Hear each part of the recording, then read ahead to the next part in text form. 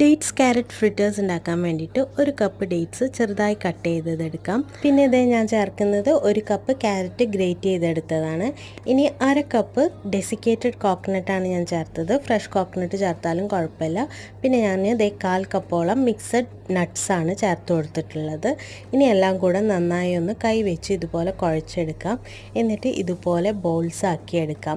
അപ്പോൾ ഇതേ ഞാൻ മുഴുവനും ബോൾസ് ആക്കി എടുത്തിട്ടുണ്ട്. ഇനി അതൊന്ന് മാറ്റി വെച്ചിട്ട് ഞാനിതേ ഒരു കപ്പ് മൈദ, അതിലേക്ക് ആവശ്യത്തിന് ഉപ്പും വെള്ളം കൂടെ ഒഴിച്ചു കൊടുത്ത് നല്ല തിക്ക് ബാറ്ററാക്കി എടുക്കുന്നുണ്ട്. വേണമെന്നുണ്ടെങ്കിൽ നമുക്ക് പഞ്ചസാര ചേർക്കാം കേട്ടോ.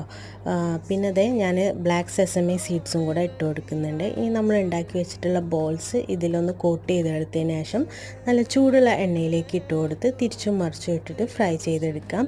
ഇതുപോലെ ഗോൾഡൻ ബ്രൗൺ കളറാവുമ്പോൾ നമുക്കത് എണ്ണയിൽ നിന്ന് കോരി മാറ്റാം.